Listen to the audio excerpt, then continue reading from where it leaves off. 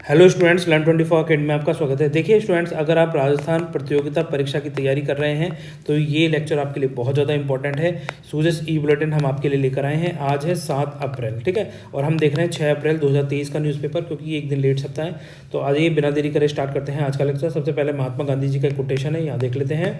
आत्मशुद्धिकरण का काम मुझे विशुद्ध राजनीतिक कार्य से 100 गुना अधिक प्रिय है। तो गांधी जी यहाँ पर ये कहना चाहते हैं कि जो अंतर आत्मा है, जैसे मान लीजिए आपकी खुद की अंतर आत्मा से आपको लगता है कि आपने ये कोई गलत काम कर दिया है, ठीक है, तो आप उसको पहले शुद्ध करिए, ना कि आप सामने वाले को करेक्ट करने चले जाएं, ठीक है। तो हमेशा क्या होता है, हम अपने आप को अगर करेक्ट करते हैं, हमसे अगर कोई गलत कार्य हो गया तो हमें उसको मानना भी चाहिए कि हमसे ये चीज़ गलत हो गई थी, और उसके लिए गिल्टी फील भी करना चाहिए, और उसको फिर क्या करना चाहिए, उसको प्योरीफाई करना चाहिए, उसका शुद्धिकरण में लगना चाहिए, है ना। तो आत्म शुद्धिकरण मतलब अपना सेल्फ रियलाइजेशन करना चाहिए कि आपसे क्या गलत हुआ है, क्या नहीं। दूसरों को करेक्ट करने से बेटर है खुद को करेक्ट किया जाए। आ जाइए आगे चलते हैं। यहाँ पर देखिए पहली खबर देखते हैं, प्रशासन शहरों के संग, ठीक है। तो ये प्रशासन शहरों के संग अभियान, इसका क्या इंपॉर्टेंस है, आ जाइए इसको देखते हैं। देखिए प्रशासन शहरों के संग अभियान 2 अक्टूबर, गांधी जी के जन्मदिन से इसको लागू किया गया था। 2 अक्टूबर 2021 की डेट याद रखनी है। इसमें क्या है, प्रदेश के शहरी क्षेत्रों में रहने वाले जो नागरिक हैं उनको राजकीय योजना के माध्यम से लाभान्वित किए जाने एवं उनके प्रतिदिन के कार्य और जो उनकी समस्याएं हैं उसका त्वरित समाधान के लिए निर्धारित प्रक्रियाओं में सरलीकरण कर राज्य के सभी नगरीय निकायों में, है ना, जितने भी राज्य के नगरीय निकाय हैं उन सभी में 2 अक्टूबर 2021 से प्रशासन शहरों के संग अभियान चलाया जा रहा है, ठीक है। तो आपको डेट याद रखनी है, गांधी जी के जन्मदिन से 2 अक्टूबर 2021, ठीक है, 2021। एक्चुअली क्या होता है, डेटें भूल जाते हैं और यहीं से क्वेश्चन में पूछ लिया जाता है कि इसका क्या है। अब देखिए दूसरी खबर यहाँ पर है, आपदा सहायता का फसल बीमा योजना, ठीक है। तो यहाँ पे फसल बीमा योजना में समायोजन समाप्त करने की मांग। अब आपदा क्या है, यहाँ पर देखो सबसे इंपॉर्टेंट बात यह है कि राज्य का क्या है, स्टेट डिजास्टर रिलीफ फंड, ठीक है। अभी क्या है, जैसे मान लीजिए स्टेट में कोई डिजास्टर कंडीशन हुई तो उसके लिए एक रिलीफ फंड बनाया गया कि यहाँ से पैसा दे दिया जाएगा अगर कोई भी आपदा जैसी सिचुएशन होती है, ठीक है। तो इसके लिए यहाँ पर है राज्य आपदा राहत कोष, ठीक है, SDRF इसको बोलेंगे, स्टेट डिजास्टर रिलीफ फंड। तो इसमें क्या होता है, प्राकृतिक आपदा फसलों को नुकसान होने पर किसानों को राज्य आपदा राहत कोष से मदद सहायता राशि दी जाती है। परंतु जब से सेंट्रल गवर्नमेंट ने प्रधानमंत्री फसल बीमा योजना लेकर आई उसके बाद से इसमें से पैसा देना बहुत ज़्यादा डिफिकल्ट हो गया। क्यों हो गया है, क्योंकि इस योजना को बहुत ज़्यादा जटिल बनाया गया है, ठीक है। प्रधानमंत्री फसल बीमा योजना से किसानों को आपदा के दौरान मिलने वाला बीमित राशि की गणना करना एक जटिल एवं लंबी प्रक्रिया है। और इसमें क्या होता है, इसमें जो हेक्टेयर है, जैसे मान लीजिए एक किसान है उसके पास 10 हेक्टेयर लैंड है, परंतु अगर उसने प्रधानमंत्री फसल बीमा योजना के तहत सिर्फ उसको 2 हेक्टेयर की जोत तक ही क्या दिया जाएगा, उसका कंपनसेशन दिया जाएगा, ठीक है। जो भी उसकी फसल खराब हुई है उसको 2 हेक्टेयर, मैक्सिमम कितना, 2 हेक्टेयर लैंड तक का ही उसको कंपनसेशन दिया जाता है। इसीलिए जो राज्य के CM हैं अशोक गहलोत, उन्होंने प्रधानमंत्री को चिट्ठी लिखी है कि भैया फसल बीमा योजना से हमारा जो स्टेट डिजास्टर रिलीफ फंड है इसको अलग किया जाए, ठीक है, इसके प्रोविज़न अलग से रखे जाए, जिससे क्या होगा, जो राज्य में किसानों का फसल की बर्बादी हो रही है तो उनको पैसा सही समय से मिल सके। क्योंकि प्रधानमंत्री फसल बीमा योजना में क्या होता है, काफ़ी टाइम लग जाता है पेमेंट आने में। और यहाँ पर क्या है, जैसे मान लीजिए एक फसल खराब हो गई तो तुरंत किसान को तो दूसरी फसल उगाने के लिए पैसा चाहिए होगा। अगर उसको ये पैसा 1 साल बाद मिलेगा तो भैया ये वाली फसल तो उसको उधारी के पैसे से, या फिर नहीं भी उगाएगा, वो सोचेगा उधार नहीं कोई देगा तो फिर कैसे उगाएगा। इसीलिए पेमेंट क्या हो, सही समय से हो जाए तो किसान भी अपनी फसल को जल्दी से जल्दी उगा सके, ठीक है। तो अब आइए प्रधानमंत्री फसल बीमा योजना देख लेते हैं, जहां से आपके एग्जाम में क्वेश्चन पूछा जा सकता है। आ जाइए, देखिए प्रधानमंत्री फसल योजना की शुरुआत हुई थी 13 जनवरी 2016 को, डेट याद रखनी है आपको, ठीक है।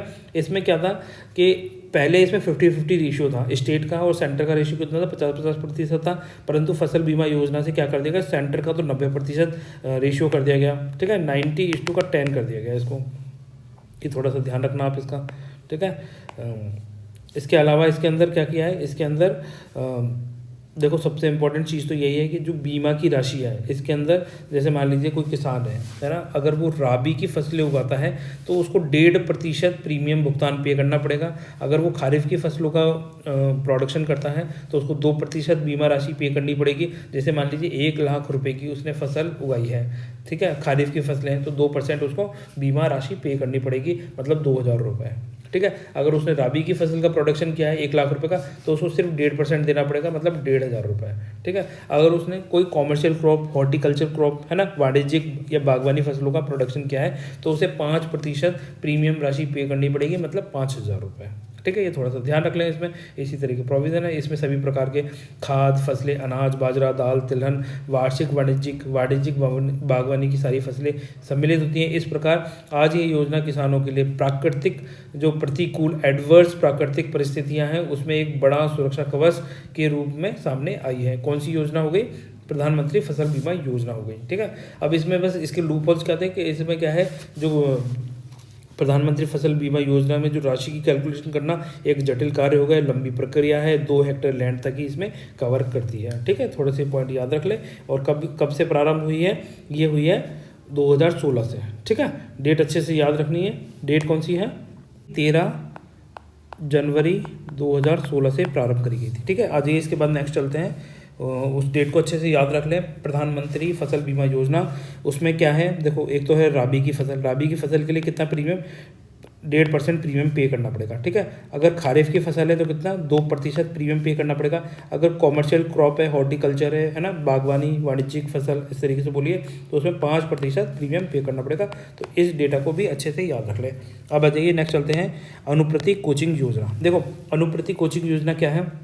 राज्य सरकार के द्वारा जो समाज के वंचित वर्ग हैं, जैसे SC ST OBC है ना, वो जो अति पिछड़ा वर्ग के हो गए, अल्पसंख्यक हो गए, आर्थिक रूप से कमज़ोर ऐसे वर्ग के जो छात्र हैं जो कोचिंग प्रेफर नहीं कर सकते हैं, तो वो अनुप्रति कोचिंग योजना के थ्रू कोचिंग ले सकते हैं। चाहे वो 12th में अगर उनके बहुत अच्छे नंबर आए हैं तो वो इस योजना के लिए आवेदन कर सकते हैं और उनको प्रेफरेंस रखी जाएगी, ठीक है। जो 10th 12th के मार्क्स हैं उसको देखा जाएगा कि भैया उसके किस तरीके से नंबर आए थे, उसके बेसिस पे ही उनको प्रेफरेंस दी जाएगी। एक्चुअली क्या था, इसमें पहले 15,000 अभ्यर्थियों को लिया गया था, बढ़ाकर अब इस साल से कितना कर दिया? 30,000 अभ्यर्थी कर दिए गए हैं, जिनको अनुप्रति कोचिंग योजना के तहत कोचिंग प्रोवाइड कराई जाएगी। इसमें UPSC RPSC सभी प्रकार की जो एग्ज़ाम्स होते हैं उसके लिए, साथ में अगर कोई एकेडमिक इंस्टीट्यूशन होते हैं जैसे IIT हो गया, नीट हो गया, ठीक है, तो उन एंट्रेंस एग्जाम्स के लिए भी इसमें तैयारी कराई जाती है। तो ये थोड़ा सा ध्यान रख सकते हैं इसके बारे में। देखिए इसमें क्या है, इसमें प्रोविज़न ये रखा गया है कि जैसे मान लीजिए पिताजी की इनकम, वो जो फैमिली की इनकम है, ठीक है, फैमिली की इनकम 8 लाख रुपए से कम होनी चाहिए अगर अनुप्रति कोचिंग योजना का आपको फ़ायदा उठाना है। दूसरा इसमें प्रोविज़न है, अगर स्टेट गवर्नमेंट एम्प्लॉई है कोई राजस्थान का, ठीक है, तो उनकी जो पे मैट्रिक्स लेवल है, पे मैट्रिक्स लेवल कितना 11 तक होना चाहिए, है ना, 11 या इससे कम के होने चाहिए, तो वो इस अनुप्रति कोचिंग योजना में मतलब एलिजिबल है। उनके बच्चों को अनुप्रति कोचिंग योजना के तहत कोचिंग प्रोवाइड कराई जाएगी, ठीक है। तो ये 2-3 पॉइंट है, इनको अच्छे से याद कर लीजिए, आपके एग्जाम में यहीं से क्वेश्चन पूछा जाएगा। आ जाइए इसको थोड़ा सा क्लियर करते हैं, फिर उसके बाद में ये IIM शक्ति उड़ान योजना देखते हैं। देखिए IIM शक्ति उड़ान योजना आप यहाँ पे राइट में देख पा रहे होंगे, ये जो एक गर्ल है, एक मिनट थोड़ा सा क्लियर कर देता हूँ और यहाँ से इससे क्लियर कर देता हूँ, ठीक है।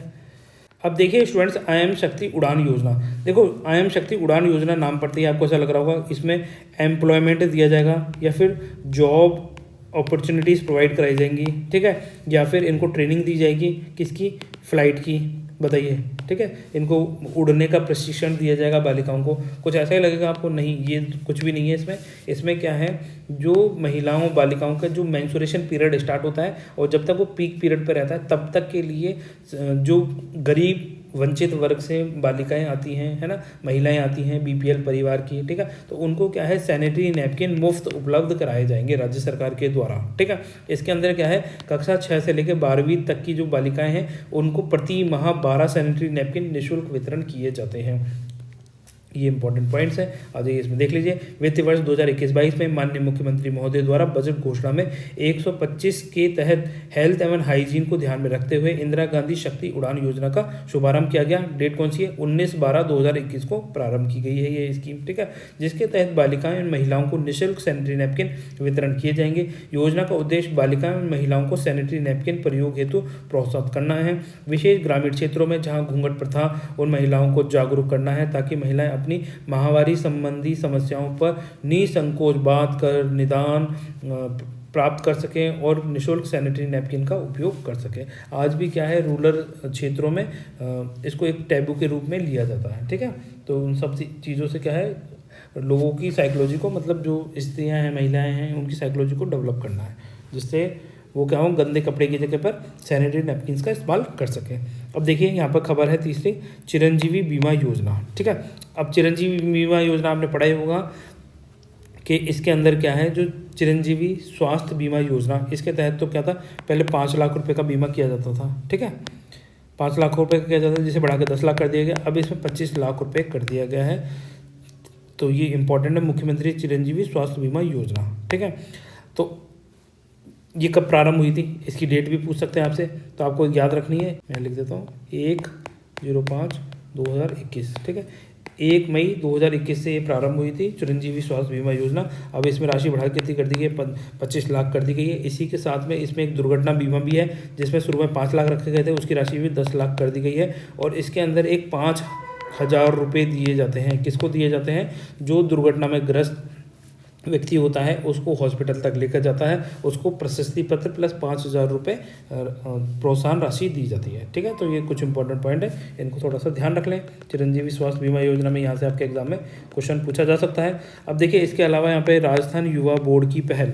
ठीक है, इसमें क्या है, इसमें जो युवा कलाकार हैं उनके लिए महोत्सव आयोजित कराए जाएंगे राजस्थान के अंदर अलग अलग क्षेत्रों में। एक पहला जो है वो शेखावटी युवा महोत्सव ऑर्गेनाइज कराया जाएगा, कहाँ पर, सीकर के अंदर। ये ध्यान रख लें, 18 से 19 अप्रैल को। उसके बाद में राजसमंद जिले में हल्दी घाटी युवा महोत्सव का आयोजन कराया जाएगा। फिर उसके बाद में कोटा में हड़ौती युवा महोत्सव का आयोजन कराया जाएगा। और चौथा युवा महोत्सव जोधपुर में कराया जाएगा, जिसका नाम होगा मारवाड़ युवा महोत्सव। तो इनके नाम और इनकी वो कहाँ पे इनको ऑर्गेनाइज कराया जाएगा, डेस्टिनेशन को अच्छे से याद कर लें, क्योंकि यहाँ से आपके एग्जाम में क्वेश्चन पूछा जा सकता है। इसके अलावा आप यहाँ पे देख सकते हैं बेणेश्वर धाम, नाम याद अच्छे से रख सकते हैं। तो देखो, बेणेश्वर जो धाम है ये किन नदियों के संगम पे ऑर्गेनाइज होता है, तो ये सोम जाखम नदी के संगम पर इसको ऑर्गेनाइज होता है ना, माही सोम जाखम, ये 3 नदियां हैं, उसके संगम पर बेणेश्वर धाम का मेला लगता है। ये थोड़ा सा ध्यान रख लें, यहाँ से एग्जाम में कई बार क्वेश्चन पूछा गया है। इसके अलावा यहाँ पे देखिए, ये आपने कई बार देखा होगा, बचत राहत बढ़त है ना, इंदिरा रसोई योजना। इसके अंदर क्या है, सिर्फ मात्र 8 रुपये में भोजन प्रोवाइड कराया जा रहा है। तो ये आपके लिए बहुत ज़्यादा इंपॉर्टेंट हो जाता है, इंदिरा रसोई योजना। इसमें क्या है, लाभार्थी को 8 रुपये में शुद्ध ताजा पौष्टिक भोजन उपलब्ध कराया जाता है। सम्मान पूर्वक एक स्थान पर बैठाकर भोजन की व्यवस्था करी गई है। राज्य सरकार द्वारा 17 रुपये प्रति थाली क्या है, ग्रांट अनुदान भी दिया जा रहा है। योजना हेतु प्रति वर्ष 250 करोड़ रुपए का इसमें प्रावधान रखा गया है। इसको थोड़ा सा याद कर लें, 250 करोड़ रुपए खर्च होंगे इसमें, है ना, खाना खिलाने में, इंदिरा रसोई योजना में। प्रतिदिन इसमें क्या होगा, 2.5 लाख व्यक्ति एवं प्रतिवर्ष 9 करोड़ लोगों को लाभान्वित किया जाएगा। ये तो नहीं पूछा जाएगा आपसे, ये जरूर पूछ सकते हैं नीचे वाला। सामान्यतः इसमें दोपहर का भोजन का टाइमिंग क्या है, 8:30 बजे, 8 बजे नहीं है, 8:30 बजे से लेकर 3 बजे तक है। ठीक है, 8.30 मतलब 8:30 बजे से लेकर 3 बजे तक। और जो रात का भोजन है वो 5 बजे से लेकर 9 बजे तक उपलब्ध रहेगा। इसमें जो थाली का मेन्यू रहेगा वो कैसा रहेगा, 100 ग्राम तो इसमें दाल है, 100 ग्राम सब्जी है और 250 ग्राम चपाती एवं अचार है। ठीक है, ये थोड़ा सा ध्यान रख लेना, 100 ग्राम क्या है, दाल है और सब्जी है, 100 ग्राम दाल सब्जी और 250 ग्राम क्या हो गई, चपाती प्लस अचार हो गया इसके अंदर। ये ध्यान रखना है ये आपको, और 8 रुपये में ये थाली प्रोवाइड कराई जाएगी। ठीक है, अब देखिए स्टूडेंट, यहाँ पर आपके लिए खबर है, राष्ट्रपति ने राजस्थान की 4 नामचीन हस्तियों को पद्म पुरस्कारों से सम्मानित किया। तो देखिए, पद्म अगर पुरस्कार हमारे लिए सामने आए हैं तो हम इसके बारे में थोड़ा सा जान भी लेते हैं। ठीक है, तो थोड़ा सा मैं जूम कर देता हूँ यहाँ पे नीचे की तरफ, कहाँ कर दूँ, यहाँ ऊपर की तरफ कर दूँ क्या, जगह है कहीं, ये जगह, ठीक है, यहाँ कर देता हूँ। अब देखिए, जो भारत का सबसे बड़ा, ठीक है, अवार्ड होता है वो कौन सा होता है, भारत रत्न। ठीक है, भारत रत्न, इसको याद रख सकते हैं। दूसरे नंबर का सिविलियन अवार्ड सबसे बड़ा कौन सा होता है, पद्म विभूषण, पद्म विभूषण। ठीक है, तीसरे नंबर का कौन सा होता है, पद्म भूषण,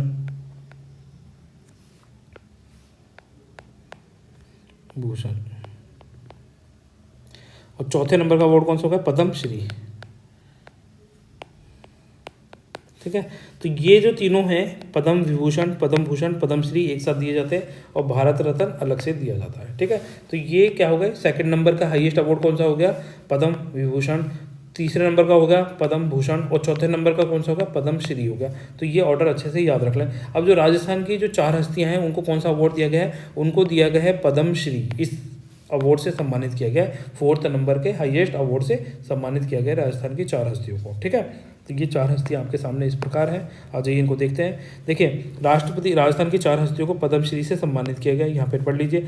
अब इसमें क्या है, इनमें से 2 जनों को तो शास्त्रीय संगीत के लिए दिए गए। कौन? अहमद हुसैन और मोहम्मद हुसैन। ठीक है, और 2 जनों को सामाजिक क्षेत्र में दिया गया है। एक तो है डूंगरपुर से मूलचंद लोढ़ा जी, ठीक है, और दूसरे हैं जयपुर से लक्ष्मण सिंह लापोड़िया जी।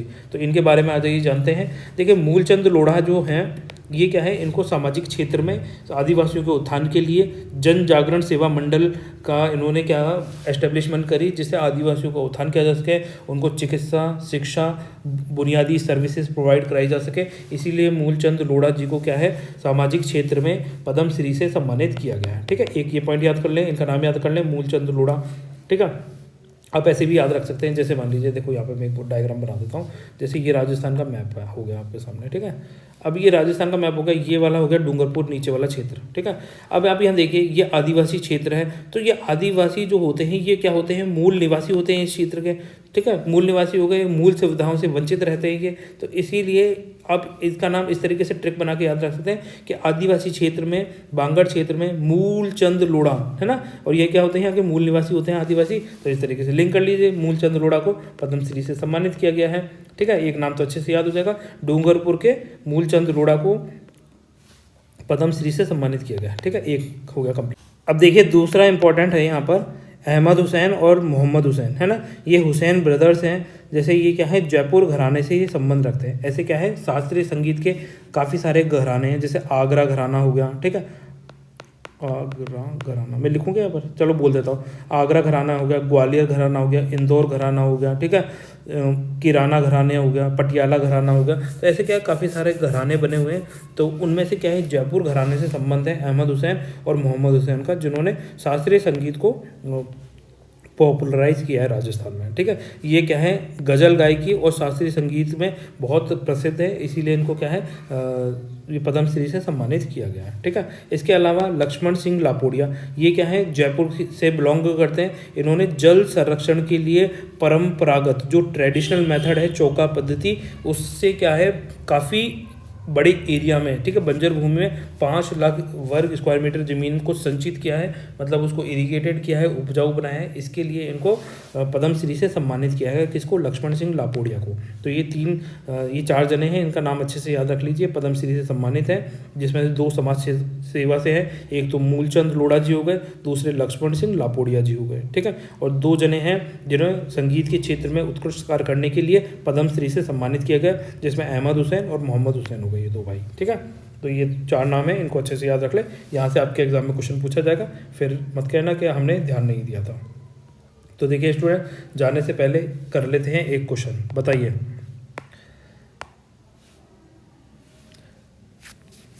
राजस्थान का जो एकीकरण हुआ था, ठीक है, राजस्थान की एकीकरण, यूनिफिकेशन, ठीक है, राजस्थान का जो यूनिफिकेशन हुआ था कितने चरणों में हुआ है? कितने चरणों में? ठीक है, तो ये बताना है, चरण बताने हैं। ए ऑप्शन हो जाएगा आपके लिए 5, बी ऑप्शन हो जाएगा आपके लिए 6, सी ऑप्शन हो जाएगा आपके लिए 7 और डी ऑप्शन हो जाएगा 8। तो आपको बताना है राजस्थान का जो यूनिफिकेशन है, एकीकरण, कितने चरणों में हुआ है? 5 चरण में, 6 चरण में, 7 चरण में, 8 चरण में। तो ये क्वेश्चन आपके लिए होमवर्क है, इस क्वेश्चन का आंसर कमेंट सेक्शन में लिखें।